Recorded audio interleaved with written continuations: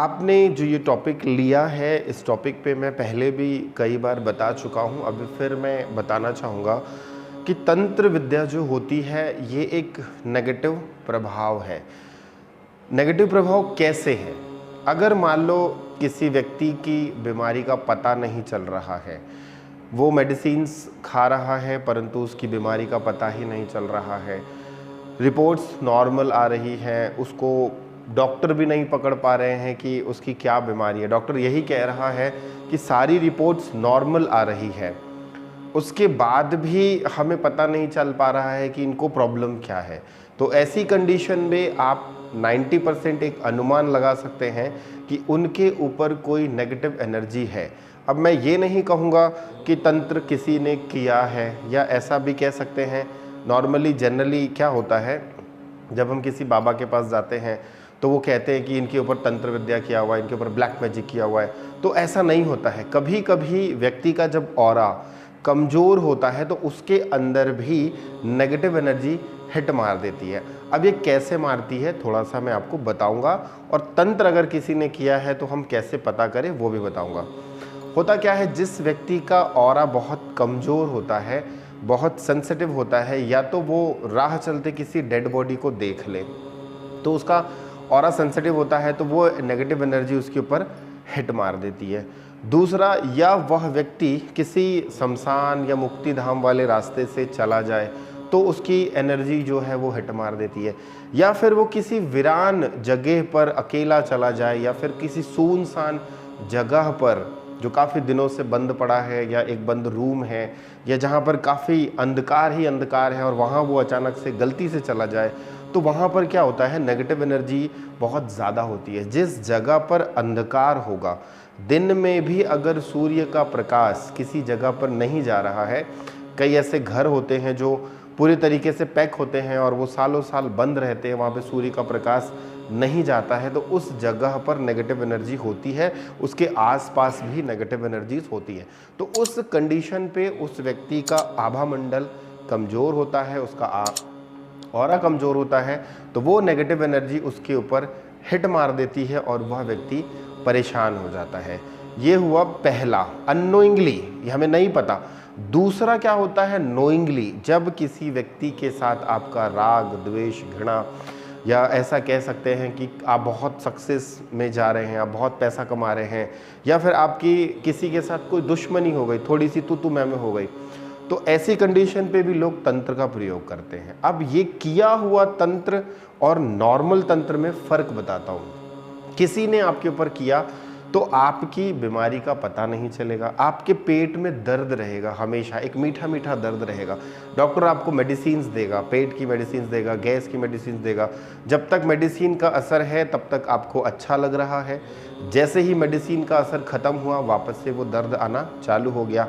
पैरों में तकलीफ़ होगी, ज़मीन में ज़्यादा देर बैठ नहीं पाएंगे। रात में जब वो सो रहे हैं तो उन्हें नेगेटिव सपने आएंगे, भूत प्रेत के सपने आएंगे, या फिर ऐसा कह सकते हैं उन्हें मरे हुए लोग दिखेंगे, या फिर ऐसा दिखेगा कि वो कहीं जा रहे हैं, पहाड़ में खड़े हैं, उनको किसी ने ढकेल दिया, या तालाब में वो गिर गए, या नदी में गिर गए, मतलब सिर्फ और सिर्फ नेगेटिव डेथ। ऐसी कंडीशन पे तब हम अनुमान लगाते हैं कि इस व्यक्ति को तंत्र विद्या किया हुआ है। अब उसको हम पहचाने कैसे?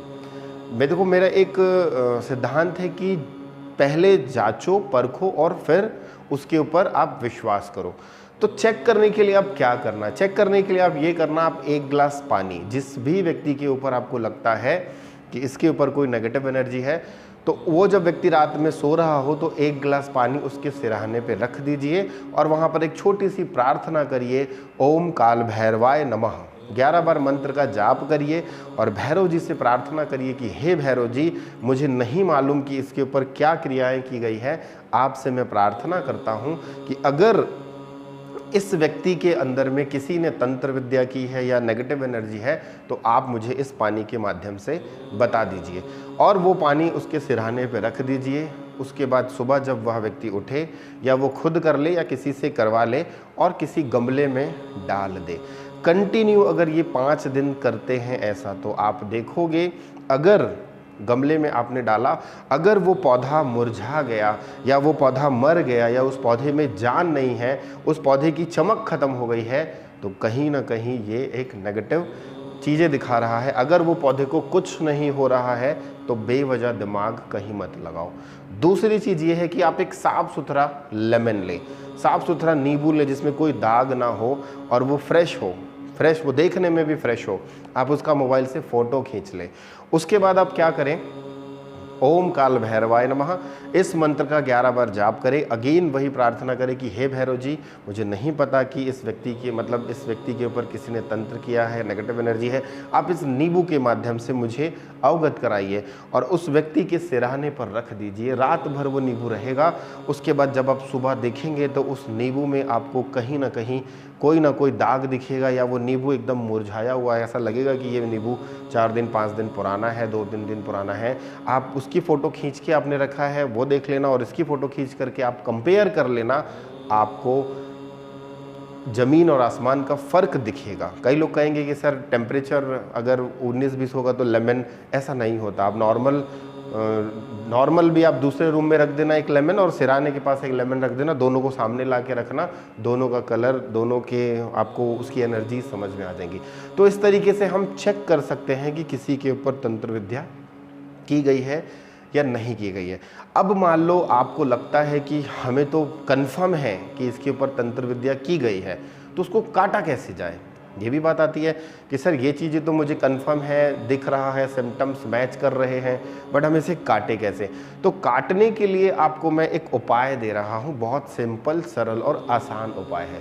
शनिवार के दिन, कोई भी शनिवार हो, शनिवार के दिन आपको क्या करना है, शनिवार के दिन अमरूद का एक पत्ता, अमरूद मतलब जो जाम कहते हैं ना, अमरूद का एक पत्ता, तुलसी के 3 पत्ते, ठीक है, ये आप लिखते चले जाओ, आपके काम आएगा। अमरूद का एक पत्ता, तुलसी के 3 पत्ते, ठीक है, नीम के 3 पत्ते, नीम के 3 पत्ते, बेल जो एक वृक्ष आता है, बेल पत्र जो हम भगवान शिव को चढ़ाते हैं, उसका एक पत्ता, ठीक है, ये लिख लिया आपने,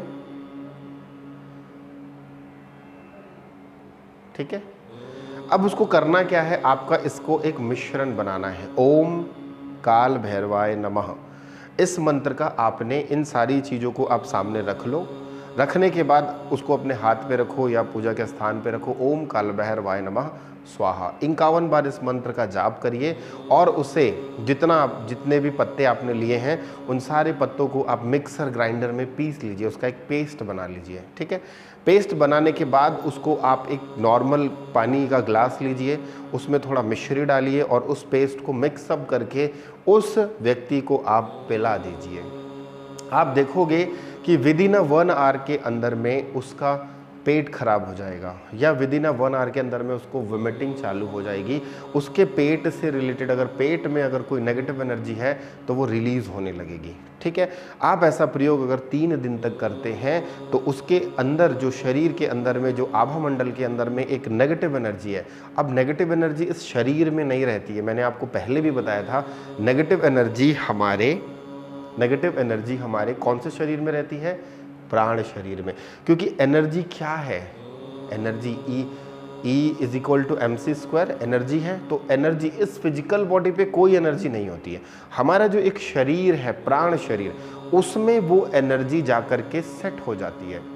तो जब हम ये चीज़ें हम लेते हैं अपनी बॉडी के अंदर में, तो ये चीज़ें जब जाती है तो एक एनर्जी का फॉर्म क्रिएट होता है, ठीक है। जब हम कोई चीज़ खाते हैं, सपोज़ आपने कोई चीज़ खाई तो वो क्या हुआ, वो खाना आपको क्या दे रहा है, एनर्जी दे रहा है। जितना आपके शरीर में लगना है वो लगेगा, उसके बाद क्या होगा, वो डिस्पोज ऑफ हो जाएगा। तो आपके शरीर में क्या लगा, खाना मतलब उससे क्या मिली आपको, एनर्जी। तो सेम चीज़ है, जब आप जो उपाय मैंने आपको दिए हैं उस उपाय को आप करेंगे तो वो एनर्जी आपके प्राण शरीर की क्लिनजिंग करेगा, ठीक है। और आप धीरे धीरे आप देखोगे कि रिकवर होने लगोगे।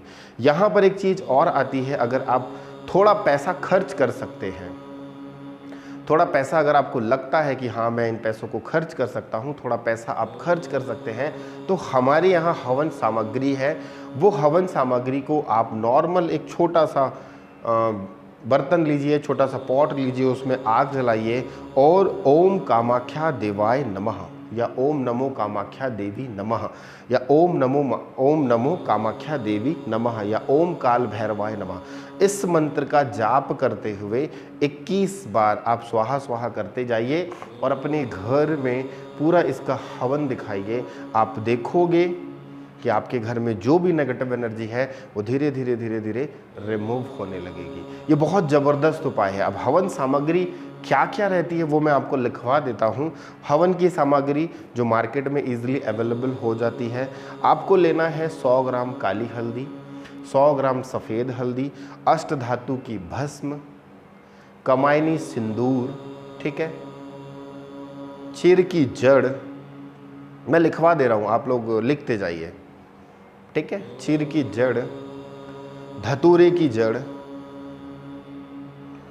100 ग्राम सूखे नीम के पत्ते, वो इजली मार्केट में मिल जाते हैं।